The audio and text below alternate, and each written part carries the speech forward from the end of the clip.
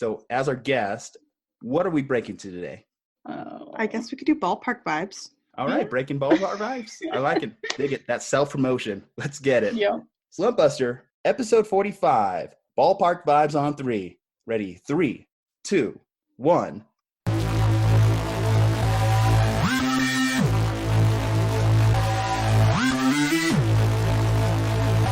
Slumpbuster. Quiet on the set.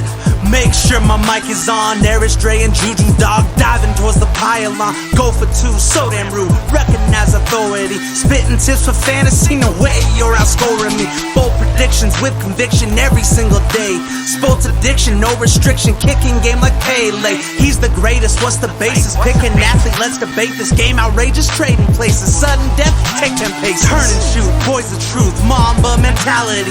Future greats take their place. Dreams become reality. Low and outside, knocked it out the park. Your boy discovered fire like a rock with a spark. Refs acting like Neanderthals. Phantom flags, nothing calls. Heartbreak losses, tragic falls. Every week discuss it all. Settle in, listen up. Free your time like Andrew Luck. Show's about to start. I suggest you buckle up.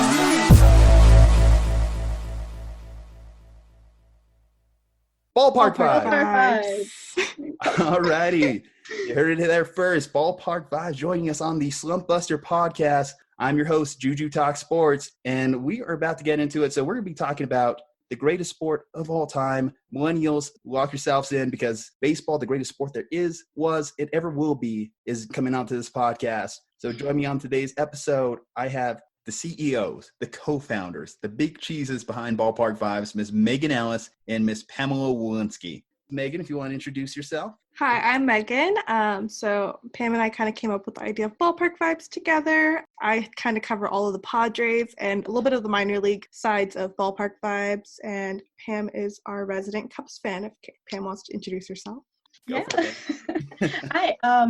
Like Megan said, I'm Pam. I'm the Ballpark Vibes resident Cubs fan and also kind of minor league and independent league supporter for the podcast.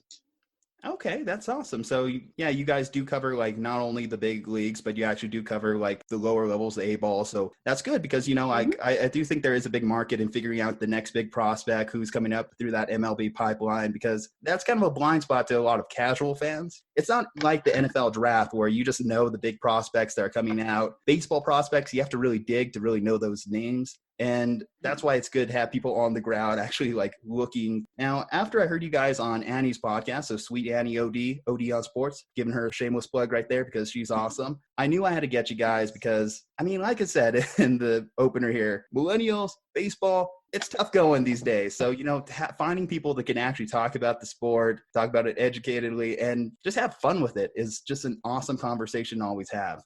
Oh, yeah, definitely. I talk a lot, especially when it comes to baseball. I appreciate that. So what kind of like got you like the idea to start out Ballpark Vibes? Because it seems like you guys are doing really great. Just like you started back in March, you already have like 600 plus followers on your IG page, I know. And that's probably a microcosm of what you guys are doing overall. The Instagram like story things, like those things are great. That's awesome self-promotion and super creative during this time.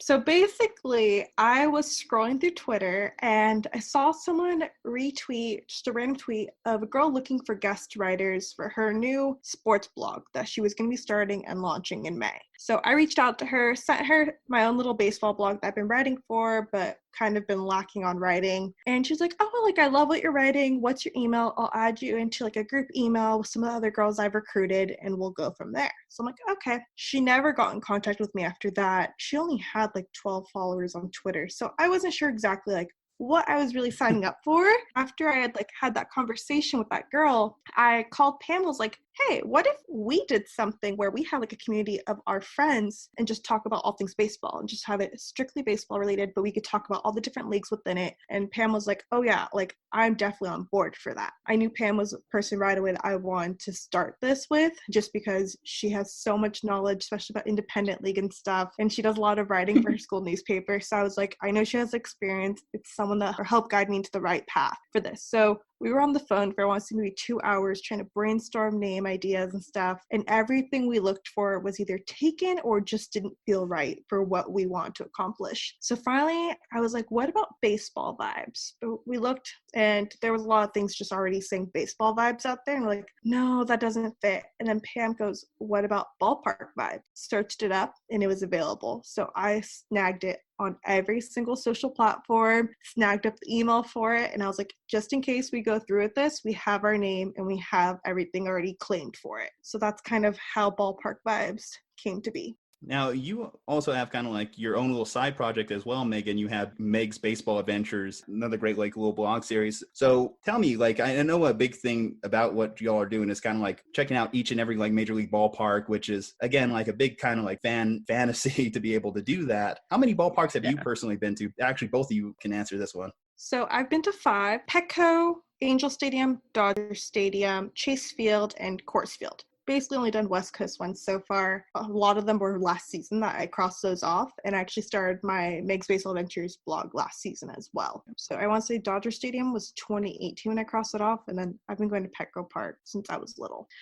So that's like my home ballpark. I literally went to, I want to say, at least 70 games or just last season. So like that's my second one. It's so crazy. And I'm always there, but I'm only at 5, and my goal is to hit all 30 before I turn 30, and I just turned 22. So I have a bit of catching up to do. I was going to cross off 4 this season. I was going to go see Pam and cross off both Chicago ballparks, but that's probably not going to happen until next year. Unfortunately, right?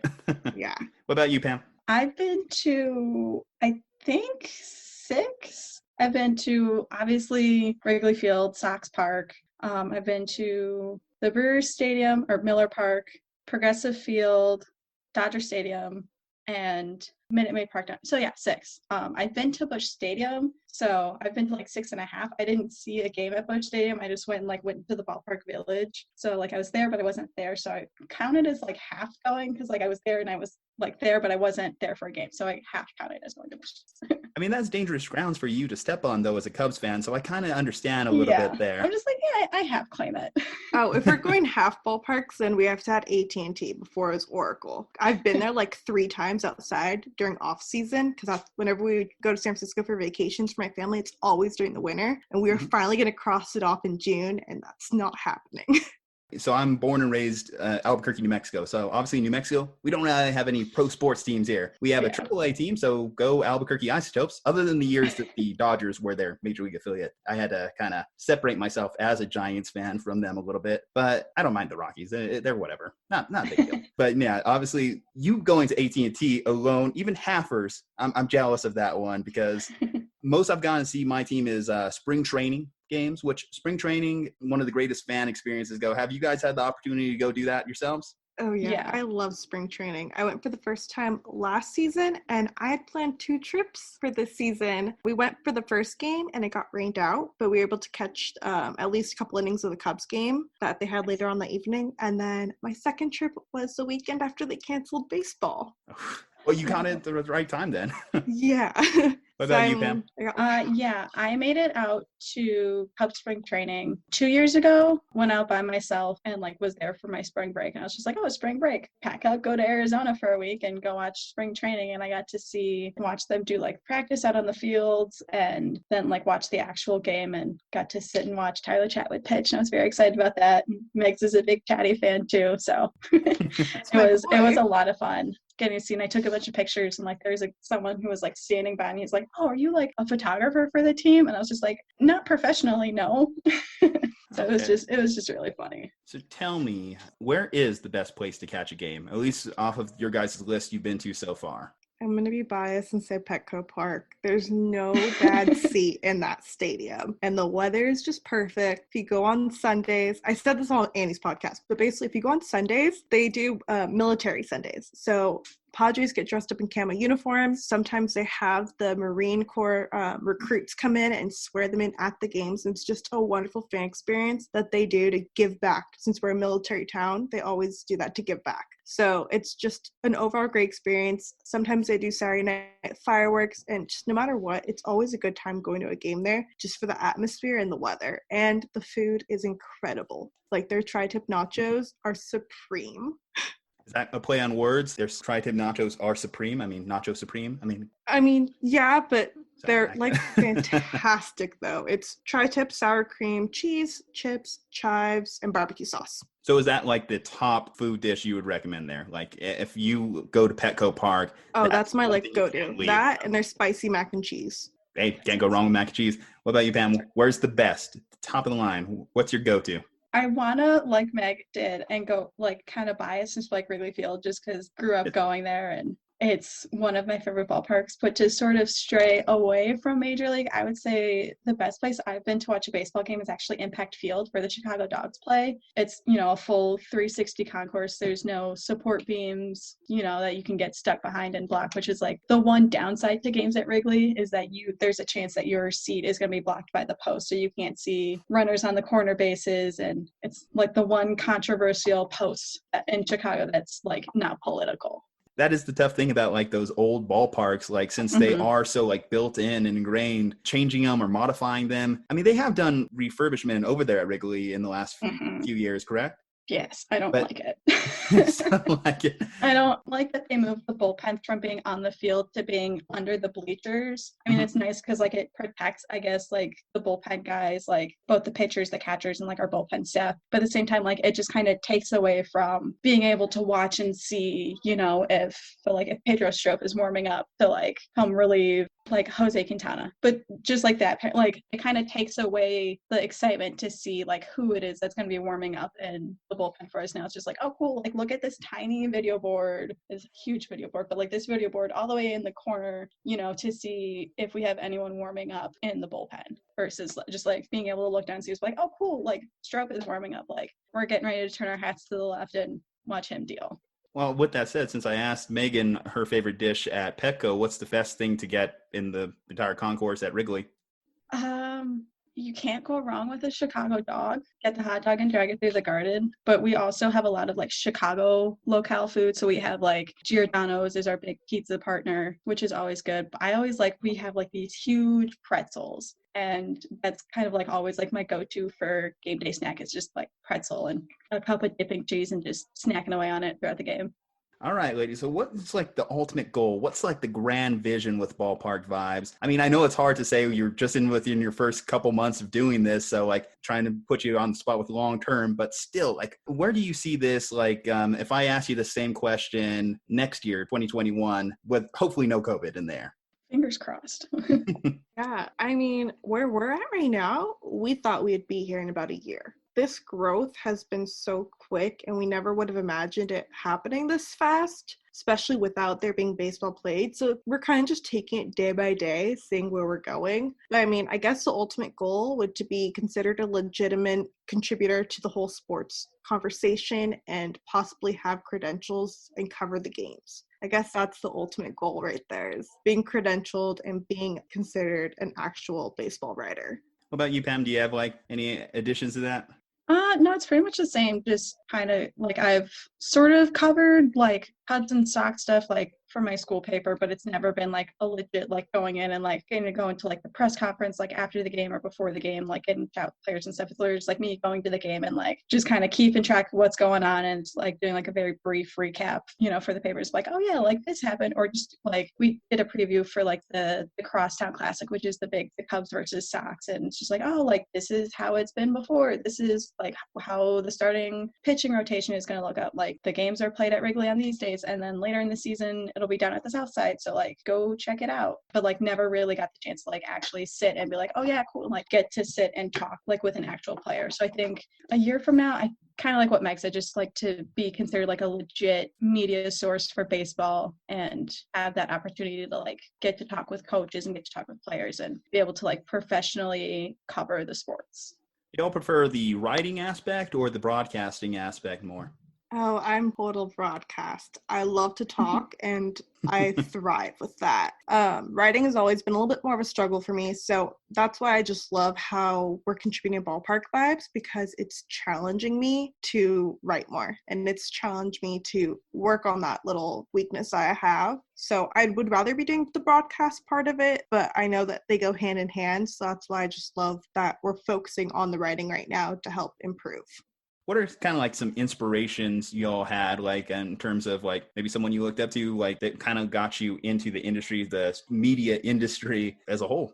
I don't really know. I mean, it really just kind of started as me like joining my school paper, and I went and I was just like, hey, like I saw you guys are looking for writers, like I definitely want to do it. And so I kind of sat with the editor in chief, and she's like, oh, she's like, well, what kind of interests you? And I was just like, sports. I like sports. I was like, I like baseball. I was like, and she's like, oh, cool. So I just kind of was put into the role of sports editor just like right away. And so I would kind of go to like our basketball games and games that like sports that I didn't know anything about, like specifically basketball, because like that's kind of when I started with the paper, and just like going to games. I was just like, I just want baseball season to start because that's what I know. I was like, I can give more detailed kind of like breakdowns about games and stuff, versus when it came to basketball, it's just like, yeah, we did the thing and they shot and they made it into the basket. So it just kind of started from there, and then kind of got more into following sports writers like on Twitter and like kind of following them. I think Jesse Rogers is honestly like my biggest inspiration, like getting to meet him and talk with him, and just kind of meeting the Cubs broadcast team. So like Len Casper, Jim DeShays, Pat Hughes, and Ron Coomer, just like little interactions with them has always just been like you guys are like the tip top like heroes. Like grew up listening to Len Casper and like watching Pat Hughes and listening to Len Casper, just like it's always been great. And I think the Cubs have such like an iconic broadcasting group and team that it's really cool to have been like quote unquote coworkers with for the few years I was there. Oh yeah, WGN Chicago, like the brand, like no matter what part of the country you're in, the Cubs have always had that unique advantage over every other baseball team in America. But unfortunately, not anymore. Not anymore. Maybe I'm missing on that headline that WGN pulled a like.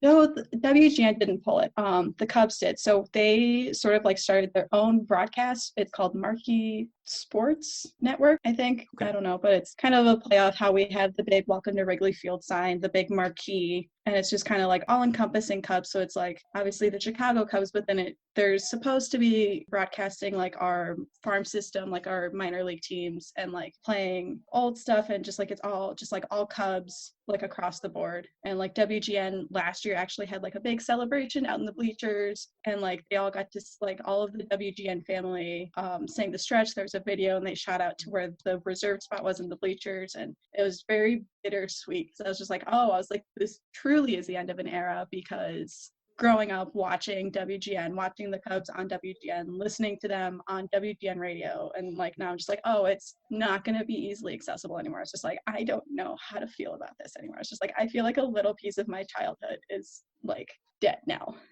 And baseball definitely could benefit from being more accessible. Like one thing I've always hated in particular. So again, growing up in New Mexico as a Giants fan, NL West games are constantly on, right? Diamondbacks, Rockies games always get blacked out. Diamondbacks and Rockies are a 6-hour drive for me from Albuquerque. I can't really say, you know what, let me just go catch this game real quick. It's only a quick drive. That's one of my biggest pet peeves with kind of like baseball broadcasts as a whole. So that is kind of a shame to hear that took place with WGN right there. What about you, Megan? What was kind of like your inspiration? It could be family, it could be a writer, it could be whatever you feel like, even just covering a baseball player.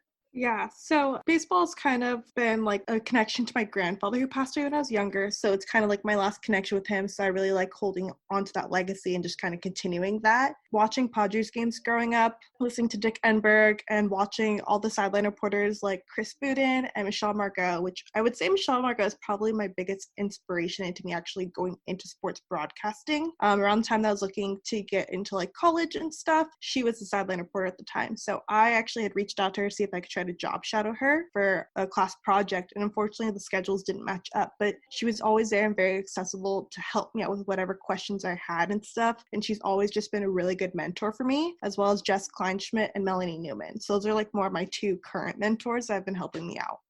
as far as like personal inspiration myself, so I relate heavily to the grandfather aspect, because when I talked about those spring training trips earlier, it was literally my dad, my grandpa, and myself just going around, getting baseball player signatures. You know, there's just one of those memories you always look back on. And then inspiration from broadcast teams. I mean, like Bay Area here, Dwayne Kuiper, Mike Krukow. One of the biggest troubles of trying to get over the hump in like broadcasting is like realizing, man, is my voice as good as those guys? Because it's like, damn, some people just have that radio voice down in their heads. Hey guys, this is Juju Talk Sports, and I'm here to talk about Manscaped.com. Now, Manscaped is the #1 men's grooming technology, the only brand dedicated to below-the-waist grooming and hygiene. They have precision-engineered tools for the family jewels. The Perfect Package 3.0 comes with the new improved Lawnmower 3.0. It's waterproof, it's cordless, and it also comes with a ton of liquid formulations to round out your manscaping routine. This third-generation trimmer features a cutting-edge blade to prevent manscaping accidents. Millions of balls around the world are now nick-free thanks to Manscaped's advanced skin care technology. And of course, let's not forget about the Crop Preserver, an anti-chafing ball deodorant to prevent moisture, kind of like keep everything all fresh down there. Subscribers get a new replacement blade refill for the Lawnmower 3.0 trimmer delivered to your door every 3 months. Make sure your trimmer always stays fresh and clean. For a limited time offer, subscribers get not 1, but 2 free gifts: the Shed Travel Bag and the patented high-performance anti-chafing boxer briefs. Get 20% off, plus free shipping in with the code SLUMP at manscaped.com. Do yourself a favor and always use the right tools for the job. Get 20% off and free shipping with the code SLUMP at manscaped.com. That's 20% off with free shipping and handling at manscaped.com, and use SLUMP. Manscaped is the best when it comes to men's grooming. Get yourself the Joe Burrow of trimmers, the Lawnmower 3.0. Enjoy the rest of the show. Ladies, let's move on to like your 2 teams here. So let's see here. Where should we start first? Okay, so let's go with Pam here then. Chicago. Thanks, Meg. Hold on. I think there's a bus that just ran over me. Chicago Cubs. A lot of changes. So obviously moved on at the managerial position from Madden. And that's kind of crazy because obviously you guys just won the World Series just a few years ago. Okay, I have a World Series ring because I worked for the Cubs in 2016, and everyone who worked there that season got a World Series ring. I don't know what I did with it. That's kind of bad. Yeah, I would say so. I mean, having a World Series. I mean, I know missing it. I think it's probably somewhere in my room. A rough feeling. I know that it's in my room somewhere. I got it 3 days ago and sent us a picture of it. I don't remember it, but we also got like this cool commemorative baseball that like has our world champion logo on it that I have sitting underneath a signed hockey puck. That's really cool. So, I mean, as far as like the team's prospects this year, like with the managerial switch and everything, do you think the Cubs will be back to competing in that NL Central? I mean, obviously the Brewers are tough. The Cardinals are always a factor. The Pirates may surprise you. So like that's never an easy division to win. Do you think they'll be able to get back to that 2016 form under new management with like, you know, a little bit of inconsistencies from a lot of their younger former star players, I would say?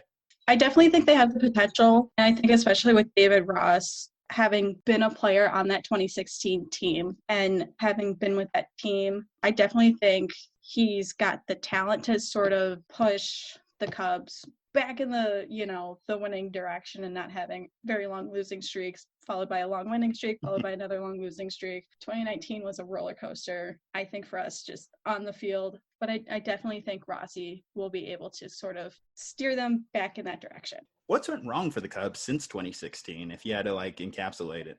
I don't know. I mean, because 2017 wasn't bad. Like we did very well. It's just when we got roughed up by the Dodgers in the NLDS. That was kind of hard. And then 2018 was just a roller coaster. And then 2019 was a roller coaster. Honestly, I don't know. I think it was just, I don't want to say lack of management because Joe was very good at managing the team while we had him. Honestly, I don't know.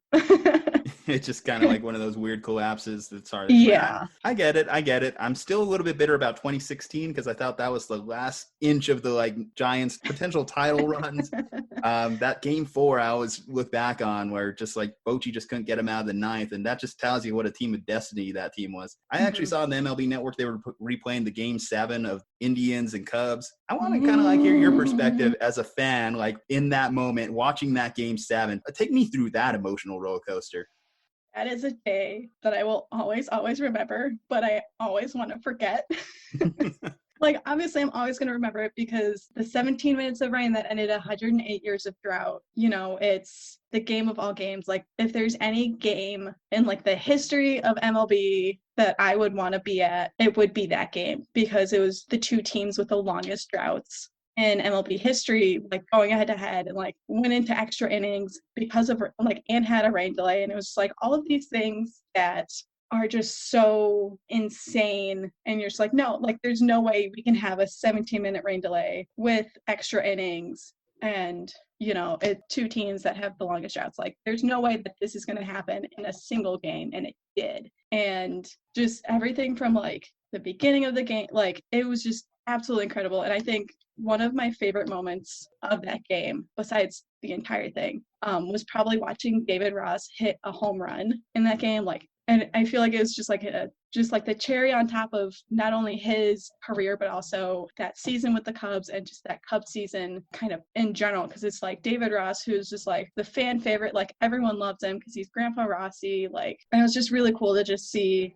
all of that. And I just remember, because I was also at Game 7, like I was there at Progressive Field watching it. Like, the second I heard the crack of Rajai Davis's bat when he hit that game-tying home run, it was just like, the second I heard it, I was just like, I don't like that sound. I was like, that is not a good sound. And like, we just watched it sail, and like watched it, and then like it just got like eerily quiet. Like, if it were quiet, it would be one thing, and it was. I was just like, oh, like, no big deal. But it was like the bottom of the 9th inning, and the Indians, almost like one of their star players, just hit a game-tying home run in Game 7 of the World Series. And like, we just sat there, and it was just like eerily quiet, like by where we were sitting. Like, all the Indians fans were, it's like in the movies where like everything else just kind of like fades away, and like it just zones in on like that one person, and it's just quiet, and they're just like spaced out. Like, that's exactly how I felt. I was like the longest 17 minutes like in the rain. Like, I sat there and didn't move. I was just like, I cannot believe this is happening right now. And then just the Cubs just like resurgence. Like, I want to know what Jason Hayward said in that players only meeting, just because it was like whatever it is that he said that just like gave them that power resurgence. I want to know what he said, but at the same time, I don't want to know what he said. Yeah, some things are best left a mystery. Now, Yes. The only thing that was disappointing from that is you realize how many memes I had to delete off my phones after the Cubs finally won a World Series. I mean, it's okay. At least we can still make fun of the Padres, right? Yeah, we can. Meg is on mute. She unmuted herself. Just that exasperated look, just like, I mean, the Indians still have you beat for longest drought, so, you still at least got that. They're a little more tortured than y'all, but you guys are up there. You guys have, like, one of those tough, like, streaks going on right now. 51 years. Exactly. I mean, listen, it took like 50-some for the Giants to finally crack it in 2010 at the behest of those Padres, because you guys were, up 17 games in that division at that time. So, yeah, that's a little bit of disappointing, but win for us. Anyway. No, but like, you guys have like a promising future. At least we've been told that for a while. Obviously, if you do look at a lot of the prospect sites, the Padres are always up there. They always have what's regarded as one of the best prospect systems in the league. However, when are we going to finally start seeing results from that? Because, I mean, last year, you guys still finished last in the NL West. It's surprising when you have like players like Tatis, when you have Will Myers, when you have like, again, just these new guys just coming up each and every day. It's like, what does this team need to get over that hump? Make Manny Machado's contract work out. Yeah, so the front office wants us to be in a win-now mentality right now. I know for a fact it's not going to happen this year. Even if baseball was being played right now, it was not going to happen this year. My original time frame where I thought it was going to happen was going to be 2021. But since this is all messed up, I'm going to say 2022. So I'm going to just move it back a year since everything got messed up because of coronavirus. But the reason why I'm saying that is because if you look at the timelines of when Gore and Patino and them are supposed to come up, they might come up at the end of 2020, or they were supposed to come up at the end of 2020, but they're for sure going to be on the opening day roster for 2021. That's like the missing puzzle pieces that we need for that starting rotation. Our bullpen right now is elite after this offseason with Drew Pomeranz, re-signing Craig Stammen. So we have the bullpen aspect down. We struggled with that in the beginning of last season, but I feel like by the end of the season, we finally did lock it down. Especially bringing in Andres Munoz, fire. Like, he literally throws over 100 miles per hour. That's my little plebe. I love that boy. He's like a little brother to me. And he actually is getting Tommy John surgery. And that came like a surprise to all of us. We knew eventually he was going to probably put his arm just because he throws over 100 miles per hour. But it came as a shock just because he literally threw a day or two before that, came off the field just fine, and then out of nowhere was going under the knife. So literally, if you look at everyone on Padres Twitter, when the Padres released that tweet, everyone was shocked. Most of the responses are, what? That literally was actually my response too. But our pitching, though, it's really strong. Going towards the infield and stuff, at least second base, we did trade away Xavier Edwards, and he was looking to be our strong prospect at second base, especially since we traded Luis Urias, and we also got rid of Esteban Quiroz. So now it's like, what's going to happen at second base? That is the one part that we're still missing. Will Myers, I would love to see him at first base again. I love you, Hosmer, but you're just not cutting it anymore. Your contract is too big for what you can offer. So is Will's. But I feel like with this new coaching staff, though, he is in the right mentality to get back to the old Will that we all know and love. There was this spring training game with Wayne Kirby, who was our first base coach. He's been working a lot with Will and his just mentality of everything. And on the broadcast, they had Wayne Kirby mic'd up while he was in the dugout. And out of nowhere, he's like, oh, let me call over to Will real quick. He called to Will over in right field, and Will looked up like, what do you want? And Wayne just only called over just to say hi to him. And all of a sudden, Will's like, what? Oh, okay, hi. And it's just so funny how like you could see this charismatic side of Will that we hadn't seen since he first signed with the Padres. So it's kind of cool to see him kind of return back to his normal self. He has spoken out in the past about how he's had problems with Andy Green. So I just feel like this whole new managerial and coaching staff is definitely going to help out with the Padres, especially since AJ Preller is literally on the chopping block if this doesn't work out.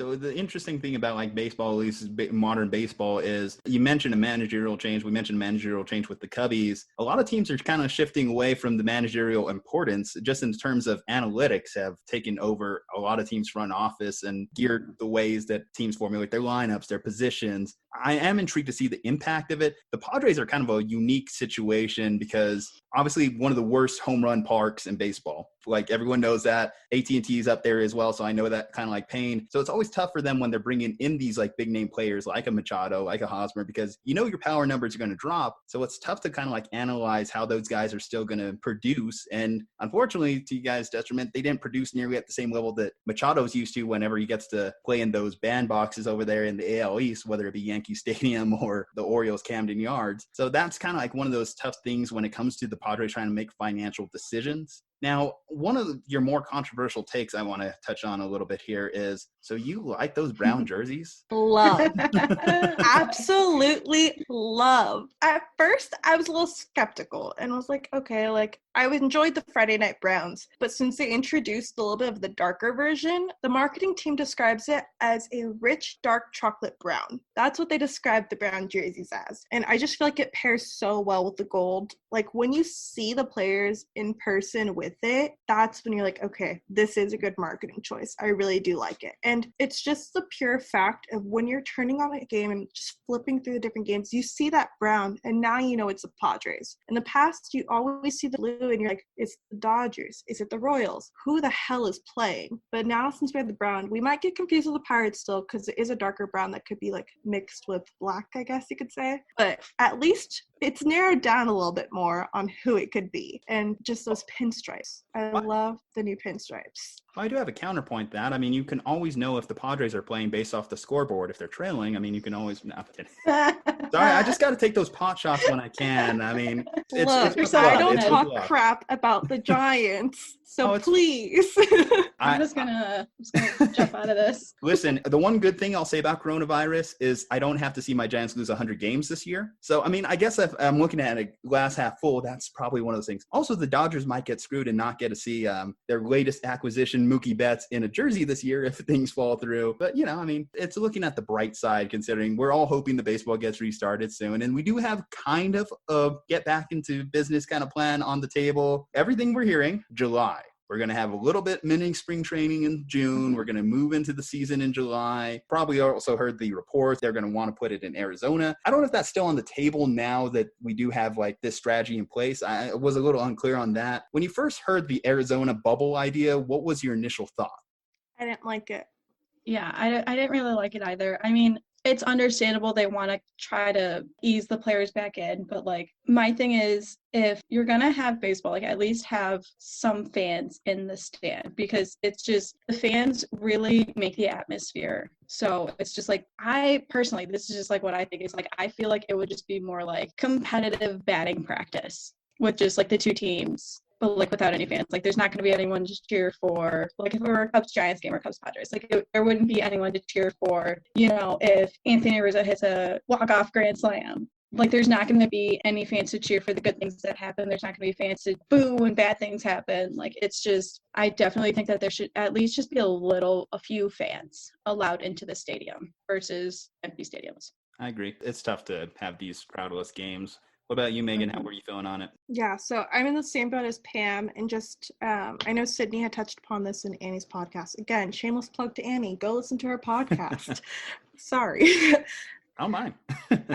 Yeah, so again, there's going to be a lot of players that were scheduled to make their debuts this season. So if you look at it from the fact that they might not even allow the families to be a part of the crowd, it's taking away from the whole debut experience. And that's just one of the bigger parts. And plus, you have a lot of players who just had a bunch of newborns and stuff, because, you know, always newborns born around April. But you don't want to rip these players away from their newborns and stuff. At least during season, when they have the families that do live at least in their team's town, the wives and girlfriends and stuff can bring the babies to the ballpark, and the players still going to be a part of the lives of, like, the kids growing up. So if you were to take these players and move them all to Arizona but not bring the families to be a part of it, that's huge. It's not cool. Like, I wouldn't want to break up a family just for everyone to get their entertainment for baseball. So that's definitely one of the aspects that I'm looking at, is the family aspect of it. That's fair. What about some of the other stuff that they were coming on? There was some rule changes they were proposing in there that I felt were more about them wanting to try some new stuff than about the COVID situation. For example, they were talking about finally introducing the electronic umpire, you know, for balls and strikes. To me, that's baseball signaling we're kind of thinking about doing this anyway. Now, your thoughts, because baseball has always struggled with this, like advancing in technology versus, you know, the nuances of the game, the time-honored traditions. Can you get behind stuff like a electronic umpire? It's hard, because there are those times where there's umpires who absolutely mess up a call, and it literally just affects the game, and it affects the outcome. So that's like one of the biggest struggles when it comes to that. But at the same time, though, you don't want to take the human aspect out of it at the same time. Plus, a big part of baseball is heckling the umpire. You can't remove that. You can't heckle an automated system. I'm a big fan of heckling. Even though I don't sit around home plate or anything, I'm always like, come on, Blue. So I don't want to stop saying. I literally have a shirt that says, hey, Blue, you're blowing the game. So, I mean, yeah, you'd have to put that shirt away. You couldn't break it out of the closet if there's no umpire there. I mean, I guess you could still argue like a second base call or a home plate call, potentially, because there still would be a home plate umpire. It's just the balls and strikes aspect of it. So like painting the corners and stuff like that kind of might go out the window. But at the same time, it's like, well, you know, on the right side, if it's a strike, it's a strike. You know, like we have the defined dimensions of what is a strike, what is a ball. There's creative liberties in there. But if we're playing technically within the rules, you lose out on that backdoor slider, that just below the zone, like change up, stuff like that. You know, I don't know. I'm debating on it, because I do think that there are some good aspects to it, because, you know, the perspective on it's changed by what side of the fanhood you're on. Like if your team is at the plate and you got screwed on a call just outside the zone, you're like, damn it, I wish we had electronic umpire. But on the other hand, if you were the pitcher and you got away with that strike call, then it just completely changes your perspective on it. Yeah, definitely. When you consider how some catchers have become elite framers, that's a big part of the game as well. Like Austin Hedges, that's his main thing, is how elite of a framer he is. That's actually probably the only positives he has in his WAR. But that takes it out. So then that makes Austin Hedges replaceable, because his batting is trash. I'm sorry, Maggie, if you're listening to this, you're still my favorite flag. I interviewed his wife for one of our series, and like, she's incredible. Austin's an incredible human, but his batting is trash. That's the tough thing about being in this like industry, right? Because like we've gotten to the point where we're gotten a chance to interview like players or like personalities themselves. But at the same time, like one time I was shaking hands with Brandon Belt because he walked into my 9-to-5 workplace. But on the other hand, I'm thinking, man, Brandon Belt, a first baseman that can't hit 20 home runs. I mean, it's just like those little things, like you've been criticizing these people for years, but when you meet them, it's like, it's a little gray area. It's tough. It's tough. Yeah, they're human. And I mean, I love getting to meet the players and stuff and like learn more about them. And I'm actually a big defender of the players, especially when they do bad. And I'm always like, come on, just they're human. You got to consider that fact. But again, you have to look at the stats too. So it's a little bit of both sides. Well, let's hope that everything plays out and then July start date is in fact real, because, you know, we've been given a lot of false promises to this point. And yeah, that curve's slowly flattening. I feel it. I have a hunch. All right. Next kind of like big story that came about. So since the last time when you guys were on Annie's pod, you already knew about the Houston Astros scandal. We already knew what the punishment was for that. The Red Sox kind of had their little punishment handed down. Nothing too special because Alex Cora, he got suspended for the rest of the 2020 season. Wasn't related to what happened with the Red Sox, though. It was actually all based around his time with the 2017 Astros. They also had to suspend a videographer to the 2020 season. And lest I forget, they also lost a second-round draft pick as well. Is this like a really like a good punishment? Because at the end of the day, it couldn't be worse than the Astros. And based off the body of evidence they did find, it's hard to really come on them too hard. But at the same time, if there was that little element, what do you guys think? I definitely feel like what they did to the Red Sox and like Alex Cora like could have been better.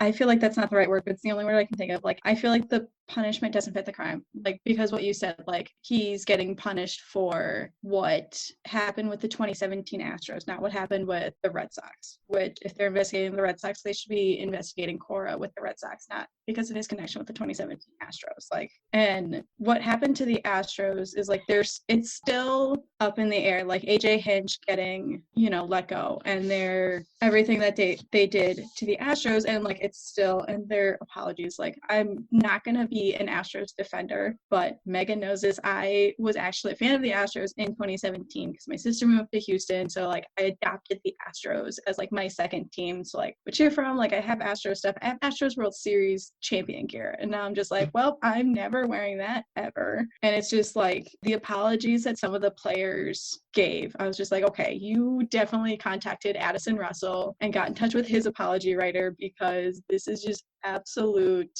garbage. It didn't seem sincere. And I don't know. I feel like they definitely, like, the punishment definitely doesn't fit the crime for Alex Cora and the Red Sox. Like, they definitely should look more into it than just Cora's time with the Astros.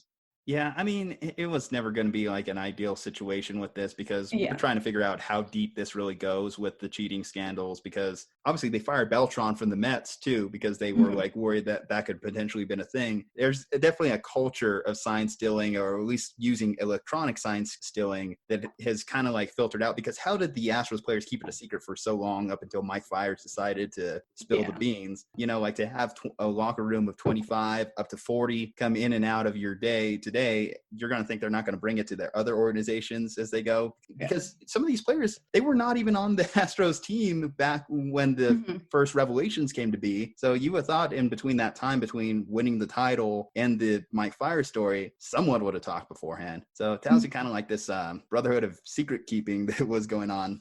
Megan, did you have any like takes on the Red Sox?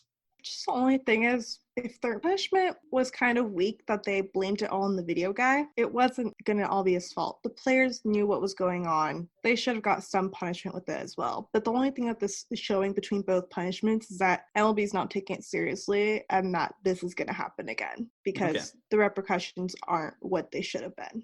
So more of an indictment on Rob Manfred as a whole, you would say. Okay. Yeah. Fair enough. Well, if we do have a 2020 season, I think a lot of people are of the thought Yankees, Dodgers, but do we have any dark horses you think that can knock some people out, especially in a shortened season? If a team gets hot at the right time, it could potentially be the difference between a World Series title or not. Yeah, I would say maybe Braves. I feel like they've been on the up and up lately. They've had some good acquisitions. They got Travis Sterno. So I feel like there's some little secret power that the Braves could bring in. I mean, I'm not a huge Braves fan, I think, but I've been watching them over the past few years, and they've been getting some surges here and there. So I feel like they're one team that you could probably look out for.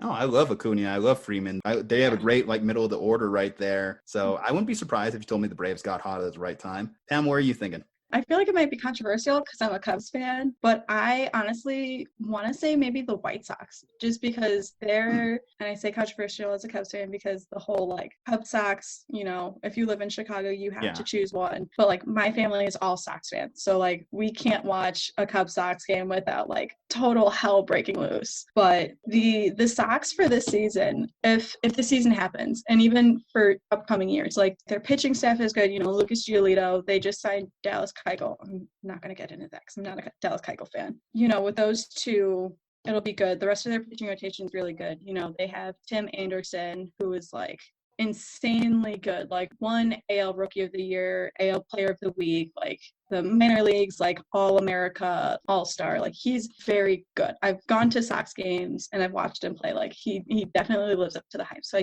I think the White Sox could have a good chance to at least make it into the playoffs in this decade. I could see that. I have heard them as like one of those sneaky teams. Tim Anderson, Giolito, I can say, benefited them both in fantasy baseball last year. So definitely two names that were put on my radar. And they have the potential to build up a star. It's just like, you know, with the White Sox, we've been similar to what we were saying with the Padres. We've been getting told about they have a good minor league system, a good prospect base for a while now. 15 years. So it's like, yeah, exactly. We got to start seeing these guys produce at the major league level, not a bunch of 4A guys, right? Yeah. Yeah. All right. Well, let's see here. My last kind of like thing I wanted to like touch on was ESPN. So they're kind of struggling without sports right now, live sports. They're trying to come up with as many top 10 lists as they can. They released one coincidentally for baseball around this time. So top 10 players of all time. So the list read a little something like this, starting from 10 down. Pete Rose, all-time leader in hits, number 10. Okay. No problem with that. Here's why I kind of have an issue, but we'll get back on it. Mariano Rivera at 9. Obviously, all-time saves leader, unanimous Hall of Famer. Mo's great. That cutter, phenomenal. Ricky Henderson, all-time leader in runs, stolen bases, has to be on this list. Roger Clemens, 7-time Cy Young Award winner, 4,000 strikeouts, 20 Ks in one game, beaten later by Kerry Woods, of course. Let's see, Walter Johnson, a former Giants like all-star pitcher back in like the dead ball era, but reportedly threw 100 plus miles per hour, 3,000 Ks in his career, 400 plus games won because, you know, pitchers during that time period used to just pretty much go every 2 days, every day. They didn't care. 400 games won. Number 5, Ted Williams, 2-time MVP, 2-time Triple Crown winner, all-time leader in on-base percentage. Hank Aaron at 4, so 755 home runs, 21 all-star game appearances. Hank Aaron, fantastic. Willie Mays at 3, so interesting. Willie Mays over Hank Aaron, but Willie Mays 660 home runs, a 2-time MVP himself, and a 12-time Gold Glover. Then Barry Bonds, 762 career home runs, all-time home run leader, 73 single-season home run mark in 2001, 7-time MVP. You know, like he's definitely got the numbers there. And then at number 1, Babe Ruth, 714 career homers, all-time leader in slugging and OPS still to this day. Why I have no controversy with Babe Ruth at 1 is because he was the old-time Shohei Ohtani, right? He can pitch, he can hit, he did it all. If you want to just talk about all-time baseball player, just the framework of what a ball player is, Babe Ruth, even despite smoking a cigar in the outfield. So I have no problems with like those. My biggest point of contention was Mo Rivera at 9. Any other like debates amongst this that you may have, Pam? I feel like kind of like what Meg said, like within the last few years, like just like really started getting into baseball. But like in like 2008 is like kind of like when my baseball flower bloomed, like when I like really started watching, getting into it. So like I grew up on like the '08 Cubs, like that's my team. So like Carlos Zambrano, Derek Jeter, Aramis Ramirez, you know, Soriano, like those are my guys. I said Derek Jeter, Derek Lee. But also, Derek Jeter should be on that list. I mean, Derek Jeter, you know, you could argue from his impact as far as the sport, you know, he was the face of baseball, late 90s, 2000s. Yeah. Like, if you want to talk about, like, a name you associate with baseball, he would be it. But, you know, overall, in the gap hitter, didn't really impress you with his power numbers. Even though he won multiple Gold Gloves, people do have questions about his range, you know, some advanced metrics, because that's what baseball is all about. We'll say that he wasn't that really good of a shortstop. And apparently one person thought he was not a Hall of Famer. So to that one person, I have one guy, I got words. Yeah, I mean, seriously, it's one of the weirdest arguments. It's like, you know, the guy's a Hall of Famer. The whole precedent of year one ballot Hall of Famer versus it's dumb. What's going to change between him in 2020 and him in 2021, right? His numbers are what they are. I guess my biggest thing was just going to be like the exclusions because, again, a closer, no disrespect to Mo. I mean, he was like amazing in the ninth. No one was touching him. And he did win 5 World Series with the Yankees. But to take out like an everyday player from this list, like a Ken Griffey Jr., a Ty Cobb, who actually had 4,000 if you want to bring them dead ball era players, a Mickey Mantle, who was the all-time switch hitter, 3-time MVP, 7-time World Series champion himself. I even have like a modern day player that I throw on there that potentially, it might be controversial to put him on this list just yet because his career hasn't fully played out, but Mike Trout, he's finished top 4 in MVP every year since 2012 and top 2 all but one of those years, including his 3 times he's actually won it. So it's like, you look at that guy's career, he can be considered in this top 10 now, I think. I mean, not knowing how the rest of his career is going to play out, I just don't see that production drop off really. So, I guess my biggest point of contention was names that were missing. You mentioned Jeter. Hey, do you have any players that Tony Gwynn. Tony Gwynn. Right off the bat, yep. Even the bias Hoffman. Through. I'm just going for bias Padres. Yeah, even Trevor Hoffman could be one of them. Well, at least in the top 20, I would say. Well, again, my debate on closers having their impact. I would say Trevor Hoffman, obviously Mo had to break his record for greatest all-time closer. So I would say he's at least, for me, he's more like a top 50 because there are a lot of great names too that, like Jackie Robinson and, gosh, I'm trying to think of like some more Lou Gehrig, basically a lot of Yankees, if we're being real about it. Hey, we have a dog guest appearance. Actually, we've had a few furry stars on the show over the last couple of weeks, so I'm with it. You look at ESPN, quite a few of them have had their dogs coming in. It's one of the unique things about this whole situation. But yeah, I mean, for the most part, it's fine. I just think that those exclusions they should have put in potentially. All right, so definitely could have given like an honorary mention list. Yeah, and Tony Gwynn, I will say this: my Tony Gwynn appreciation has gone up tremendously over the last few years because you look at the strikeout numbers in today's game, and you look at Tony Gwynn's career strikeout numbers. It's insane that some players outpace what he did in his career in one season. The guy was phenomenal. I'll give that to you, Megan. All right, last question of the day. Favorite all-time sports movie? I'm going to assume it's a baseball movie, but I could be wrong. I'll go first. League of Their Own. Okay, respect. There's no crying in baseball. It's a very, very quotable movie. Definitely. Pam? I have too many. Like, my favorite sports movie always kind of rotates, but I would probably say just a constant is Field of Dreams, just because it's so iconic. I've been to the Field of Dreams. It's just a great movie because it teaches a lesson. It's like, it's a good movie. It makes me cry every time I watch it. I've seen it like a million times, and every single time I cry. Every single time it makes me want to go play a catch with my dad. So, I get it. Yeah. Get it. Actually, I'm just going to go drive down to Texas and just be like, hey, Dad, want to have a catch? That actually does remind me of like one things that we're missing out on this baseball season. They were actually supposed to have a Yankees-White Sox game on the Field of Dreams. Field of Dreams. Year. So actually, why don't they just move all these neutral site games to the Field of Dreams now that we're in this situation, right? A 6-hour-ish drive from me. I have a friend who lives close to Dyersville, so I can just be like, hey, I'm just going to crash at your place. I'll pay you. I just want to go watch all of these neutral site baseball games at the Field of Dreams. We got to get this podcast to Rob Manfred. We got to get that idea out there. If we're not going to have fans in the stands anyway, then let's at least do it right. Let's get that cornfield going. Let's get, all these like people dressed as old school baseball players to walk out, Shoeless Joe sightings everywhere. That's a great one. I love Field of Dreams, A League of Their Own. Underrated Tom Hanks movie too. Tom Hanks, you think about all the great movies he's done throughout his career. A League of Their Own is up there. It's actually one of my favorite Tom Hanks movies is League of Their Own. Absolutely. So Ballpark Vibes. Where, how do people get connected? What are some things we need to know? Tell us everything we need to know, Megan. So Ballpark Vibes across basically everything. Just spell it out normal, no underscores, nothing. I claimed it all.